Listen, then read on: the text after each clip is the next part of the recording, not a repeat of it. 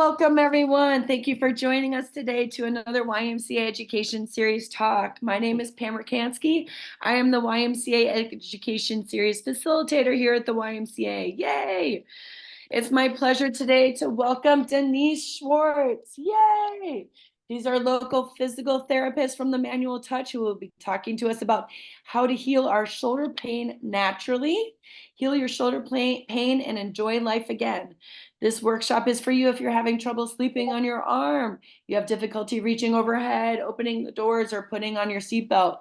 If you're unable to participate in the usual exercise of your choice, such as tennis, yoga, pickleball, or weightlifting.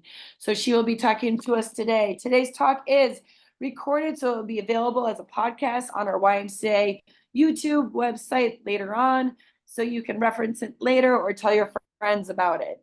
The YMCA Education Series program lasts about an hour. Denise will be taking questions towards the end of the talk, but if you have a burning question, feel free to put it into the chat box. We do check those periodically throughout the talk. All right, with that, we'll be welcoming Denise Schwartz from the Manual Touch. She is a licensed physical therapist who specializes in treating pain using a holistic approach to discover the root cause of pain and provide natural healing options. With that, please welcome Denise. Yay! Hi, everyone. Just going to get this all set up here. There we go. I think you guys can all see me. Thank you, Pam. That was kind of getting that organized. And my mouse is still here, right? There we go. Okay, cool. All right. Well, hello, everyone. Good afternoon. Thank you for coming. And thank you, Pam, for having me again. I really enjoy doing these webinars. I think I've been doing one almost every month. And in the summer, we slow down a little bit. Today, we're going to talk about shoulder pain. And as Pam said, I am a physical therapist. I am the owner of the Manual Touch Physical Therapy in Wheeling. I'm right on Milwaukee Avenue near Dundee Road. So just outside of Northbrook, not too far from the Y. I've been doing this a really long time. I started my career at Lutheran General Hospital many, many years ago. And while I was there, I knew that back pain was the #1 reason people went to the doctor. So I took a lot of classes on treating back pain and became an expert in treating that. Along the way, I took many other classes to treat every other painful area in the body. Along the way, I started studying a non-traditional therapy called integrative manual therapy. This is a holistic body approach of using our hands and finding where in the body is preventing you from healing. What I found with this approach, which was very gentle, is those people that I couldn't help with my traditional physical therapy techniques, I could help them with this. So I then went on to work for the company here in the Chicago area. We had a clinic in Chicago and in Elmhurst and in Wheeling. And then in 2010, we parted ways. And what I realized is all the traditional stuff that I sort of gave up when I went to work for what was called Center IMT was still very valuable. So I now use a very whole body approach of using traditional and non-traditional techniques to get people back doing the things they love to do. About 20 years ago, I developed a love of running. So I took many classes and became a certified running coach and became an expert in treating runners. So I work with a lot of runners as well. I have a certification in applied functional science, and this is similar to the manual therapy, but this is about exercise and finding where in your body that's limiting you from moving appropriately, from using your body the way it's supposed to. So it's about really looking at you as a whole person. And in the last 4 or 5 years, I've added this new component called the OOV and the balance sit. And I'm going to talk about that later on at the end. Okay, this is my son. I'm doing a running in that, videotaping him running. So when I get runners in, we'll videotape them on the treadmill, and we'll take a look at what may be causing their issues while they're running. So today we're here to talk about shoulder pain. Maybe you have a goal, you're a kayaker, or here you can see, this is me. We were up in Alaska, this beautiful area, kayaking, and if you have shoulder pain, it could be a problem. Or maybe you want to play golf again, and right now it's limiting you. Or maybe you just want to have fun with your girlfriends. Or you could be like these three ladies who, when I did a half marathon down in Tampa called the Gasparilla Half Marathon, this was the day before, and these ladies already had a medal. I'm like, why do you have a medal? And it's because they walked the 5K, and then they were going to walk the 10K later that day, and then the next day they were walking the half marathon. So these ladies were really amazing. They aged from age 70 to 80. I think this is this woman's 80th birthday, as you can see. And then they had a huge goal of walking across America. And we just met standing in line at Starbucks. And we've kept in touch over the years, and they did complete that walk across America. They did it in 2 legs. In other words, they did, I don't know if it was like 3 or 4 months from Florida to mid-Texas. And then they came back a few months later and did mid-Texas to San Diego. So really quite something. And, you know, age isn't necessarily a limiting factor if you have a goal.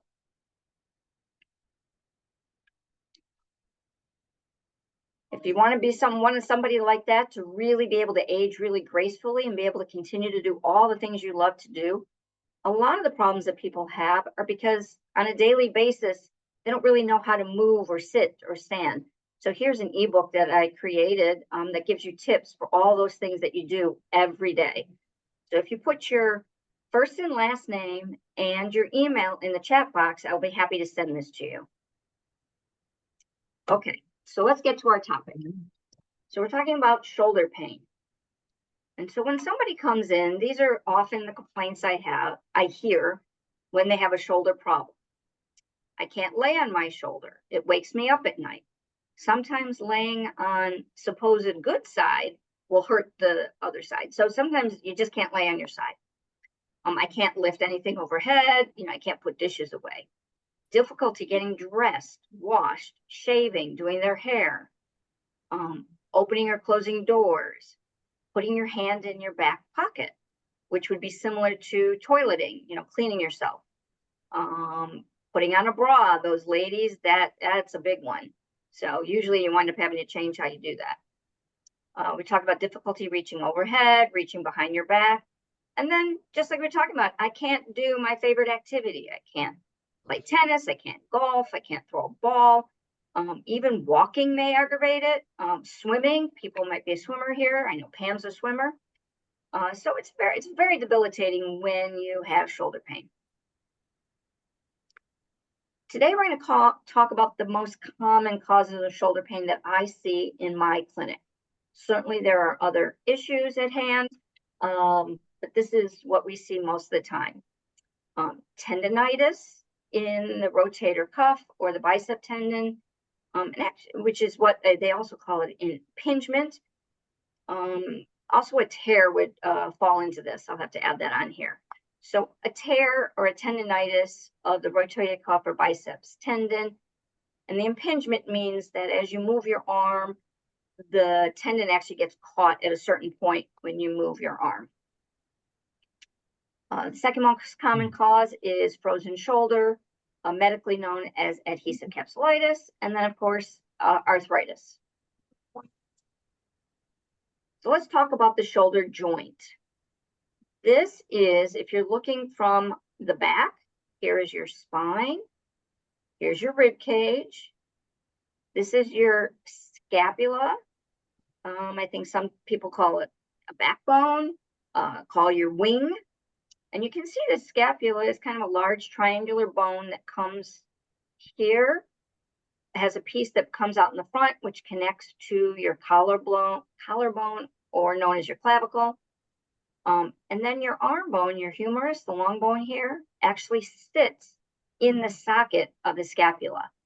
This is a ball and socket joint, also known as the glenohumeral joint, because this is the glenoid fossa that the humerus sits in.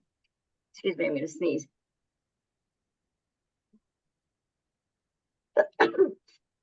Sorry. Excuse me. Anyway, anybody sneezing a lot? There's a lot of allergies going around. At any rate, so this is the ball and socket joint. So, you know, you have the ball of the humerus sitting in that socket. So it is a pretty unstable joint, and it can move in all sorts of directions That's why it's a very sensitive joint, and when it gets to be there's an issue there, it's very limiting. And we'll talk about this a little bit later, but when you move your arm, this scapula moves in a special rhythm with the humerus.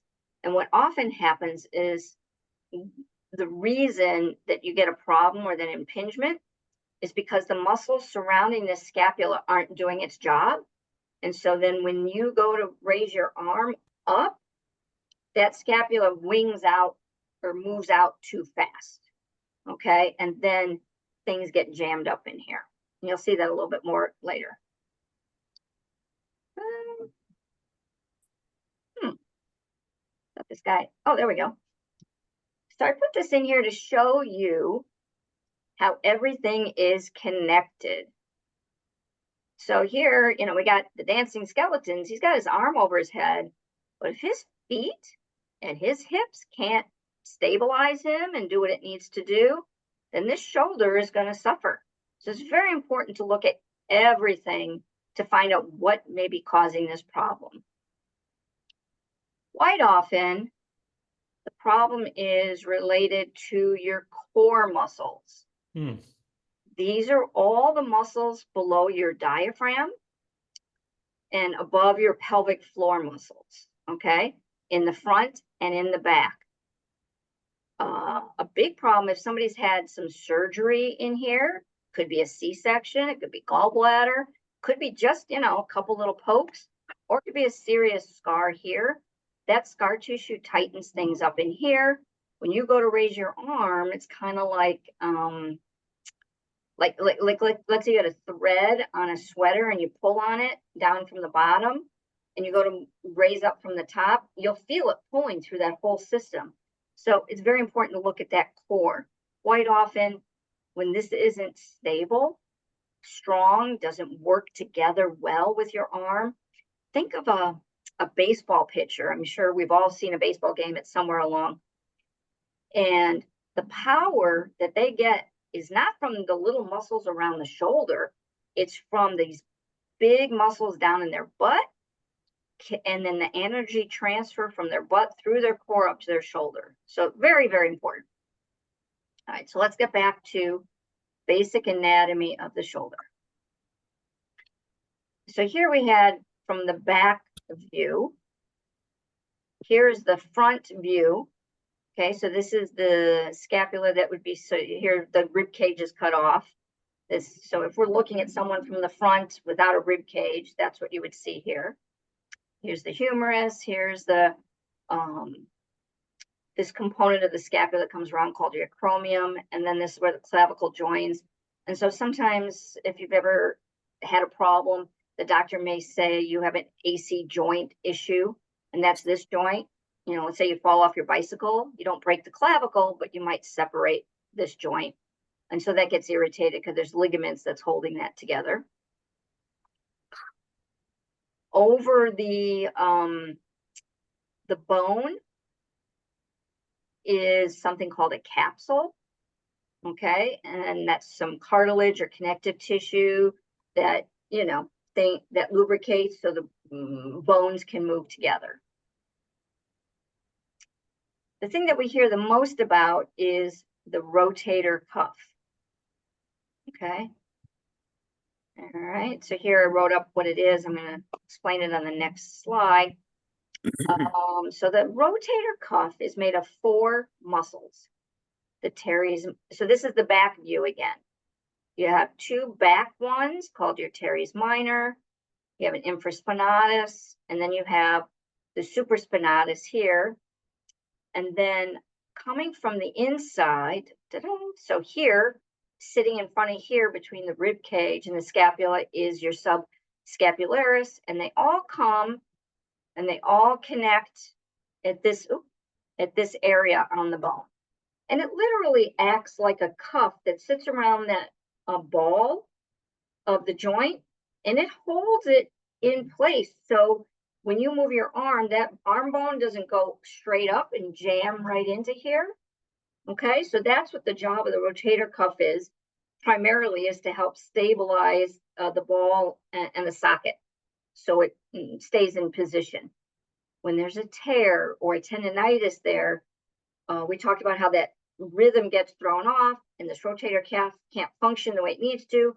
Then this bone the humerus bone can move within the joint in a way it's not supposed to, and it will jam up like the tissues right here underneath these bones. Here's kind of a static slide showing you how the scapula moves with the humerus, okay? Here's the front view of the subscapularis sitting in between the rib cage, above the top part of the rotator cuff, the supraspinatus. And then here is your biceps. There are two heads of the biceps. That's why it's called bi. That means there's two muscle bellies. And this one comes up right into here in this groove in your shoulder, okay? And oftentimes this gets implicated. This becomes, gets inflamed along with the rotator cuff. Sometimes it's just rotator cuff, sometimes it's just biceps. Quite often it's both together. It's just another picture of the rotator cuff. We talked about the core and how important it is, and that diaphragm and breathing well. All right, another key component besides your core is your posture. So many people come in to see me and tell me I have terrible posture. And really, I don't think people have terrible posture. What happens is your body changes with time and age, and injury and weakness. And with those changes, all the tissues around your spine have to adapt. So if we looked at an ideal posture right here, you get a curve up in your neck inward, a curve out in the mid back, and a curve here in the low back. But as people, not even if they get older, I get, younger people and they're teenagers, whatever, can change. So you can get more rounded here. You could be leaning forward. It could get flatter here. Some people throw I see a lot, people throw their shoulder blades back in an attempt to stand up straighter, when that actually can set off problems into your shoulder. So let me see, I'm gonna see if I can see myself here. So if I raise my arm up, I'm pretty good there. If I were to sit really slumped, this is as far as my arm can go. Because remember, the shoulder is connected to this scapula here, which sits on your rib cage, which sits on your spine. So as your spine changes, if it curves forward or if it curves sideways, this scapula goes with it, and thus will change the mechanics going on in here. So it's really important for us to work on the muscles in your back, which makes up your core muscles, okay? So it affects how well you can move that arm. I want to go back to, I started to say how so many people talk about, sitting up really straight and pulling their shoulder blades back. And this is a very biomechanical thing, hard to visualize, but let's see if I can get a picture here. I'm back here, right here. So if you throw those shoulder blades way back like this, that will pull the humerus back a little too far. And so it won't have enough room to clear within the joint and roll back, and it'll jam. So overdoing back here is a problem. Rounding too much doesn't give it enough room to move. It's too much of a problem. So a lot of what we're working on is getting better scapular positioning and scapular control of those muscles. So the movement of the humeral head can move as cleanly as possible.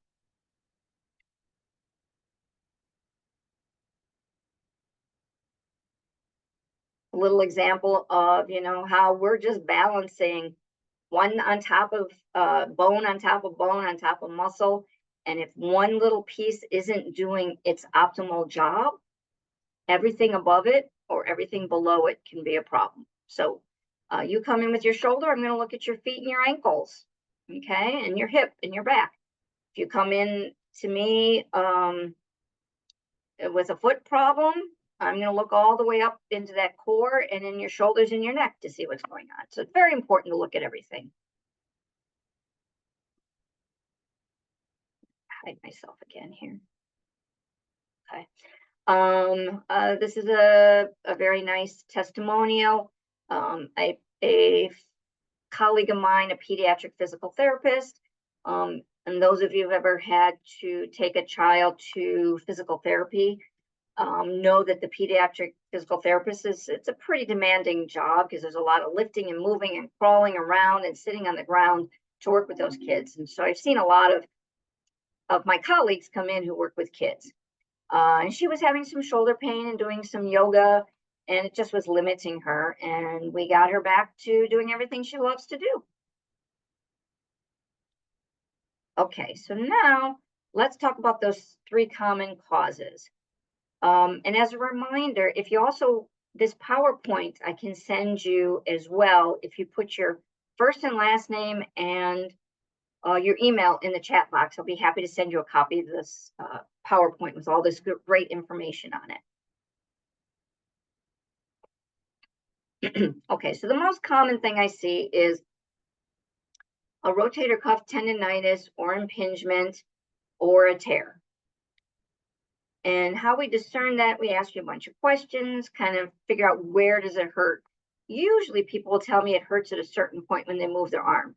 So in other words, they might like, oh, it hurts here. And if I can make it through, oh, then it's not so bad from here to here. That means it's impinging at one point, you get through it and you're okay. Might hurt to lay on one side. We will find a weakness in the rotator cuff and usually, of course, the core and decreased scapulothoracic stability. Remember, we talked about that. The scapular muscles around scapula to stabilize so you can move your arm appropriately. I thought of something. Oh, and so what we need to do is really retrain how the arm moves with the scapula, and that we call neuromuscular re-education. Really reteaching your body how to move. The second most common cause is bicep tendonitis. And if you remember, that's that bicep tendon gets caught up in here in a groove in the humerus. And that what the complaints I hear with this is it hurts to put my hand in my back pocket. It hurts to pull up my pants, pulling up a blanket. So it's kind of this movement. And that's what this bicep does. Sometimes it'll hurt when you lean on your arm. And the telltale sign is if I put my finger there and I move your arm like this, and it's like, oh, that's really tender and it hurts. Quite often, the bicep tendonitis gets missed. So I had a woman come to me and she had been in PT the previous year for a frozen shoulder and was about 80% better, but not quite good enough. She heard my talk a number of years ago, and so she came in to see me. And by the time she saw me, she had had really a bicep tendonitis that either showed up later or was missed during her previous round of physical therapy. And so we focused on specific exercises to take care of that and got her better. She was able to put on a shirt without pain and pull up her pants again. So she was very happy. A very common diagnosis we'll see is a frozen shoulder known as adhesive capsulitis. And if you remember right, I mentioned this in the beginning, over that humeral head and covering the glenoid fossa is a connective tissue called a capsule. And it kind of protects the joint and it creates lubrication in there so it can move freely. And for some reason, we don't really know, adhesions develop in the joint and you literally get stuck. So you go to raise your arm and like, you can't go any further. Okay. And I can't get my arm back here. More often than not, people will tell me, my shoulder started to hurt a while ago, and then all of a sudden I just couldn't move it, got into terrible pain. And now it just hurts at the end range. So that's usually a pretty telltale sign that it's a frozen shoulder. Usually this will happen in people from the ages of 40 to 60. For some reason, it's more common in women than men. And then unfortunately, if you've had one episode of frozen shoulder, you might get it in the other one at some point. There are definitely stages to the frozen shoulder. Usually people start getting some really severe pain in their shoulder, and either before or after the severe pain starts, they're really not moving their arm much because it just hurts so bad.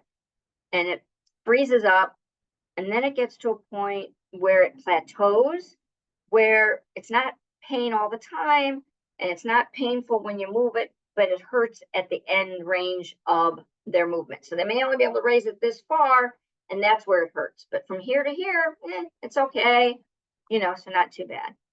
And eventually it goes through a thawing phase and you start getting your movement back. If you don't do anything, usually over a period of a couple of years, it will freeze on its own. If you come in for physical therapy, we definitely can shorten that time. In my practice over the years, I noticed there are two kinds of people. There are people who will get better pretty quickly with PT, like within 6 to 8 weeks. And then there's other people where it's a good 4 to 8 months. So I don't know why or who falls into those two categories. But we usually can tell within a couple of weeks of therapy who's going to be the quicker end or the longer end. All right. Then the last most common cause, which is really hard to work with, is arthritis. And if somebody really has a significant amount of arthritis, there isn't a whole lot we can do to help you beyond really learning how to move as best you can so not to aggravate that shoulder. Okay. Pushing you through to try to get more movement or to get stronger usually will just increase your pain. And it will persist too long. If you have an increase in pain after therapy for a couple of hours or the day, and then the next day it's okay, that's all right. But if it just gets to be a gnawing, aching pain for a few days afterwards, then it's too much. So we have to find the fine line between there. It's really about learning when it's really significant, particularly if it's bone on bone. It's really about managing the pain and learning how to function so as not to aggravate it. And that's where that ebook that I had in the beginning, learning how to move throughout your day and how to function, will help you out a lot. And then, of course, sometimes that shoulder pain that you have may not be coming from your shoulder. It may really be coming from your neck. So I had a woman come to see me early this year or last year. I can't remember now. 78 years old. She had had neck pain for many months, and she was seeing a chiropractor and a massage therapist for the 4 months. It didn't help at all, according to her. I'm sure she had up and down, but mostly it didn't help. Her doctor took an MRI of her neck, and it really was okay. It was typical degeneration for her age, but nothing significant enough for the amount of pain she had. She came in to see me.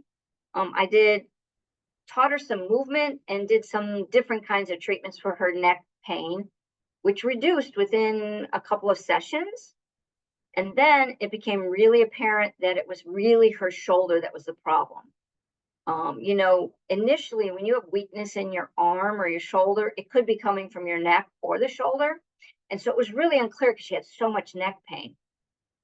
But once I kind of settled down and figured out what was really causing the neck pain, we could evaluate her clearly and realize she had a significant shoulder problem, rotator cuff tear going on. And what was happening is because the shoulder was probably getting weaker for whatever reason, she didn't realize that she was probably moving her irritating her neck every time she used her arm until it got so frozen, and sorry, that's a bad word, so stiff in here that her neck was worse than her shoulder, so she couldn't tell the difference. So it's really important. Two things from this. If you're seeing someone and you're to really heal up your pain and you're not getting better, or there's no change within even 4 to 6 weeks, then it's time to look at something different, see someone new. Very important. And then, you know, if I see someone and something's not get better, I'll refer them back to get some more testing and see what's going on. One time I had a woman had a pretty bad shoulder pain. She had a rotator cuff tear. I think she was in her definitely in her 70s. And by week 8, she just wasn't getting much better. I'm like, oh God, maybe you need surgery. And then she finally turned a corner. She started getting better. And to a point where she was pain-free. This woman, I happen to still know her because she's my brother's mother-in-law. So it's been 5, 6, 7 years. She hasn't had a problem with that shoulder. But there was a moment where it was 3, 4 months where it was touch and go, but we kind of kept at it because there were little things that were improving. So we kind of have to discern what's going on here. You know, when is it time to change and when is it time to make sure you're doing something different to get better? On my website, you can find this tip sheet. And if you give me your name and email, I will send you the tip sheet on how to take care of yourself, you know, how to open a door, how to put on a seatbelt. These are all little things that we do all day long that if we're not in our best position, can keep aggravating the shoulder. Okay, so how do we know physical therapy can help? It needs to be reproducible. In other words, you tell me, you know, at rest, I'm okay, but if I raise my arm and do blah, you know, try to do something, then it hurts. That's reproducible. If you come in my clinic and I test it and do various tests and we find a painful spot, then we can help it. If it's just pain and achy all the time, there's absolutely no position that you can get better in. And we can't quite reproduce it in the clinic. There's nothing specific about it. Then we will refer you back to your doctor to do some other tests because sometimes shoulder pain could be referred from something else more serious going on in your body. And we want to know what's happening. So the diagnosis really tells us what exercises you should do. There will be overlap between all the diagnoses, but some we won't do. For example, if it's a frozen shoulder, we're going to the point is to break apart those adhesions. If any of you have had a total knee, we have to cause pain to kind of get that knee moving again. Same thing with a frozen shoulder. But if it's a rotator cuff tear, we don't want to push you through pain. So it's really important to know what's going on. And we usually can discern that with the exam.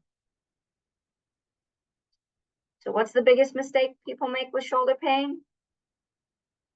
They ignore it. The sooner you take care of it, the better. When I was in Alaska, we saw glaciers. And here's one glacier. It's all the way back here.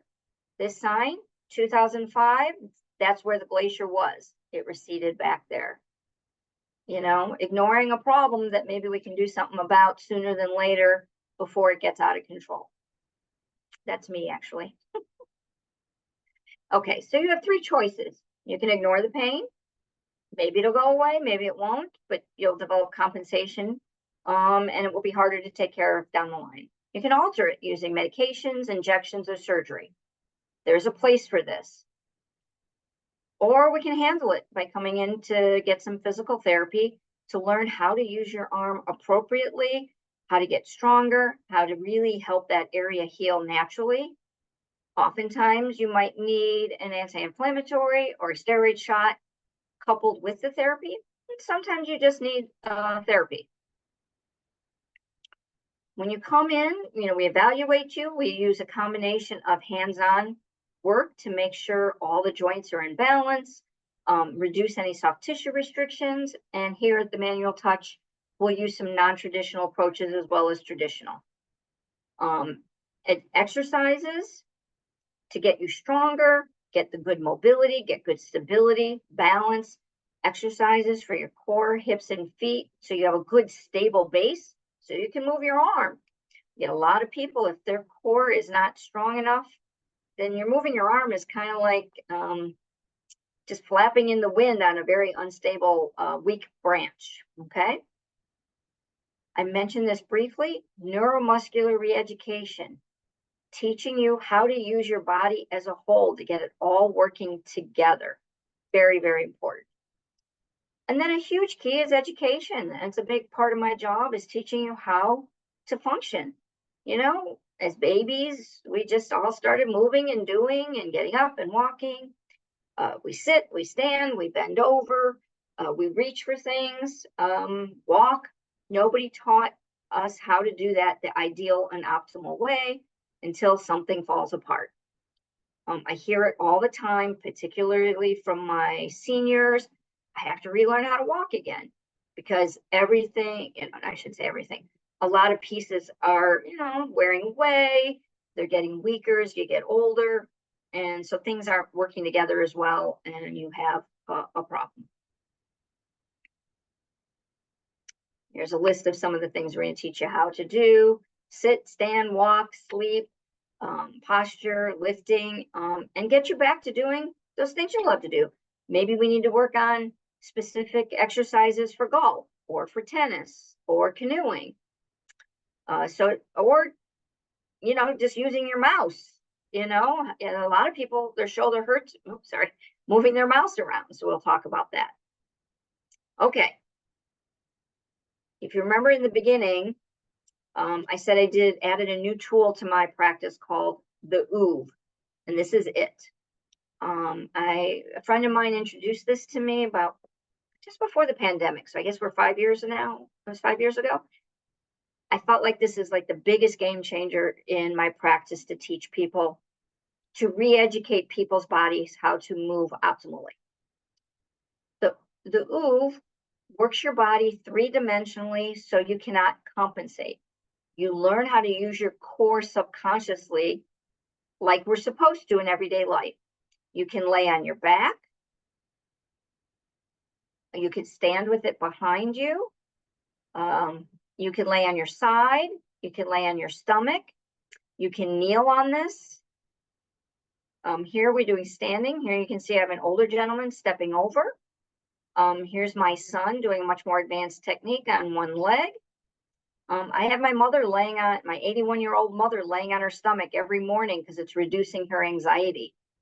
Think about if those of you who might have anxiety or nervousness, that pit you get in your stomach, when you apply pressure there, it forces you to breathe and bring in your diaphragm, and it will relax your parasympathetic nervous system. So it works really well in that respect. During the pandemic, the creator of the OOV is an Australian osteopath and biomedical engineer. He created this. It's called a balance sit. You sit on this, looks kind of like a bedpan or a toilet seat. Okay, you sit back here. Okay, and we can have you do different things with your legs or your arms. And it gets you to sit up the way you're supposed to optimally. I've got people, I put them on there and they go and buy one right away. It's just like, oh, this feels great. However, you do not sit on this all day. This is a 10-minute thing, half hour at the most, a couple times a day to get your core kicking into gear. You will get too sore otherwise. Okay, I think that's everything.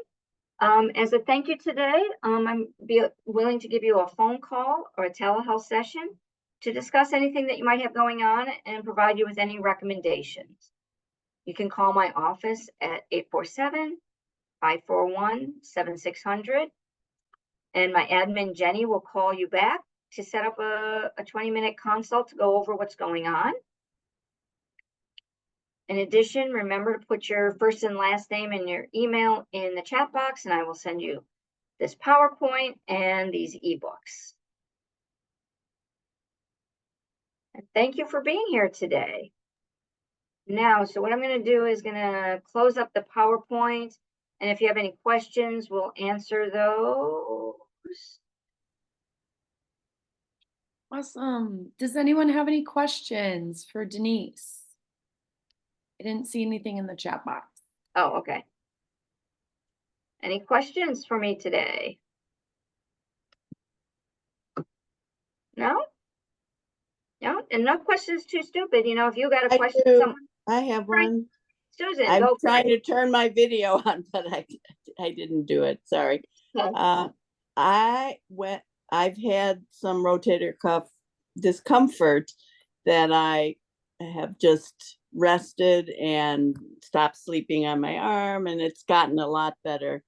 There is a clicking sound at a certain point when I raise my arm.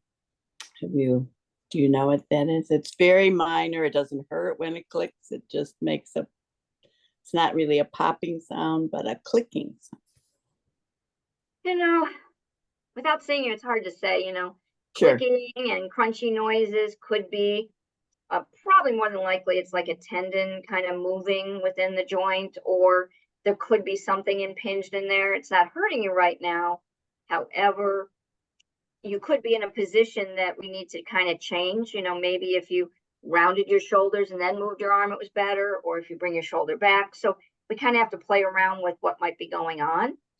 You know, But Susan, that's not a common symptom. no, actually it is. I probably should add that. So thanks for reminding me that. I do get that people are like, oh, did you feel that? Did you feel that? And Yeah. you know, sometimes I can feel it and sometimes you can't. It's a very, you know, internal thing. Yeah. Okay. Thank you. Good. Thank you. You're welcome. Is there a chair you would recommend for daily use, like at a desk? Is another question. You know, a desk chair that my patients who are working find helpful is a steel case. But they have a whole lot of models. It's kind of expensive, but you can find them used. My recommendation, I can't remember where they are. Look up a used office furniture place. I know there's a couple in the city and there's some scattered in different suburbs. And you should be able to find, you know, think about how many offices closed up shop in the last 4 years. There's lots of chairs to be found. And I got one at home on Facebook Marketplace, a steel case chair. But if you're very particular, you really want to test it out. You're looking for a chair that has multiple adjustments. So the seat, you want to be able to move up and down, maybe forward and back, the back forward and back, the arms, if it has arms up and down.